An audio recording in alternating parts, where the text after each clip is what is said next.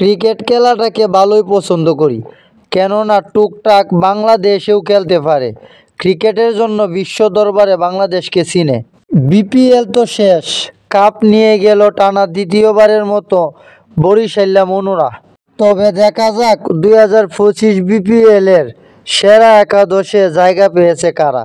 আমি মনে করি অধিনায়ক মেহেদী হাসান মিরাজ, নাঈম শেখ, তানজিদ হাসান তামিম, কাইলি মেয়ার্স, মাহিদুল ইসলাম অঙ্কন, কুশদিল শাহ, শামীম হুসাইন, ফাহিম আশরাফ, তাসকিন আহমেদ, আকিব জাভেদ, আলিস আল ইসলাম এবং সাবস্টিটিউট তামিম ইকবাল, ডহিদ মালান, রিশাদ হুসাইন, ইফতেখার আহমেদ ও মাহমুদুল্লাহ রিয়াদ।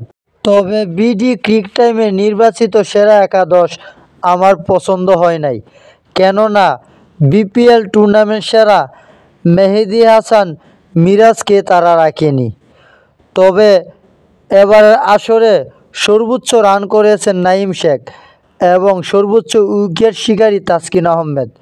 পরিশেষে ধন্যবাদ জানাই আমি বরিশাল দলের মালিক মিজানুর রহমানকে এবং অধিনায়ক তামিম ইকবাল খানকে, তাওহিদ হৃদয়কে, সেই সাথে বরিশালবাসীরা ক্রিকেট প্রেমীদেরকে।